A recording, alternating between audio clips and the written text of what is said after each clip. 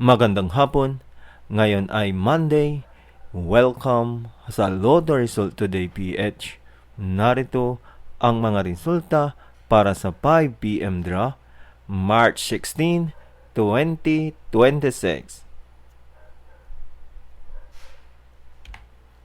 Para sa resulta ng 2D Lotto, 4 at 16.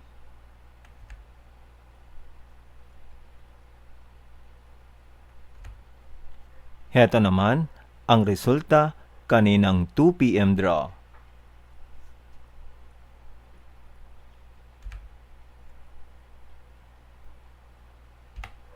Para sa resulta ng 3D Lotto, 8, 9 at 7.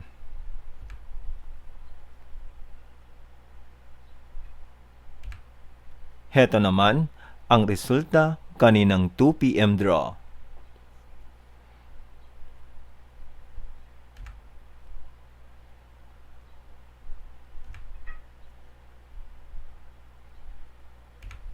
At yan ang mga resulta ngayong 5 PM draw.